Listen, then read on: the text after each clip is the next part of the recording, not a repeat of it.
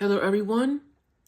Today's video I'm going to be reviewing Five Nights at Freddy's 2, also known as FNAF. But a quick note about the game I want to address. This game is set in 1987 and also introduces the bite of 87. Our FNAF fans know what that means. If we don't know what that means, those things, that's alright. We don't know everything at first. We're all human after all, but when you get a chance, look up the bite of 87 for FNAF, then you understand what I'm talking about. But again, it takes place in 1987, and the bite of 87 happens. So, but before I start the game review, first I want to say thank you to all the people that made this possible for me. Without all of you, I wouldn't be here in the first place. And if you're interested in what I do movie reviews, TV show reviews, and gaming reviews. So, if you like any of that stuff and want to check it out, or even after the video, my channel is at HistoryBuff 2.0. You can't miss it. So,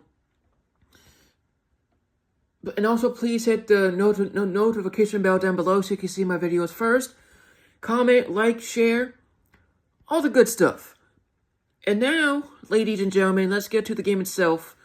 Five Nights at Freddy's 2, also known as FNAF. So, this game predates the first game, based on the dates I mentioned already. And this office is a bit different, and this game has more animatronics and more responsibilities than the first game.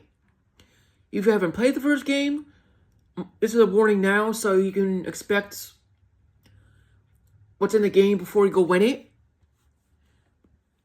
And it's more tougher than the first. A lot of ways. And here's how. First, you gotta put on a mask to ward away the animatronics. But you have to be quick, though. And you have to wind up the music box. If you don't do that, the mask won't save you, and the flashlight won't save you. You'll be a dead man or woman just like that in a moment in the game. You'll be done that quick. So you need to have quick reflexes to get through this game without being stressed or rage quitting. So, of course you'll see the original animatronics, and you'll see new, shiny, spiffy ones with new animatronics, especially Balloon Boy. He's the most annoying one there, in my opinion, because he does something that's so dirty that you can't even do anything. I'm not going to say what he does exactly, but he is a pain he has to deal with. Not going to lie about it. And most importantly, you have to watch the vents. And I didn't address this in the first video, so that's my apologies. But there are cameras you have to watch. You have to watch the animatronics on. You have to. If you don't watch those cameras, you're done for in the game just like that. So, there are cameras for the vents in this game, I believe. So you have to watch the vents and make sure that so they don't sneak up on you and just kill you just like that. And the mask is also important. If you don't put that down in time, you're dead. If you don't wind up the music box, you're dead. Stuff like that. But sooner or later, we all get the hang of it, and it turns out to be fun. But it gets harder every single game, and that's the challenge of the series. And to me, and other people who played it, it was very challenging, but fun at the same time. And yes, if you haven't played it, and you're watching this video for the first time and finding out about the series, it'll be frustrating at times. I'm not gonna lie about that. And it's gonna feel like you want to rage quit. If that's the case, just take a break from it and go back to it. But it's a fun game to play, and you won't be disappointed. And as for the nights, same concept. The 5 original nights, and then the 6th night, and then the other night, basically. In a nutshell, with this game, it's real fun, and it goes into the detail of what happened to each kid. And I mentioned briefly in the last video of what happened to mentioned kids in animatronics. Well, now, ladies and gentlemen, I'm going to explain why these animatronics are moving on their own like this. So here it is.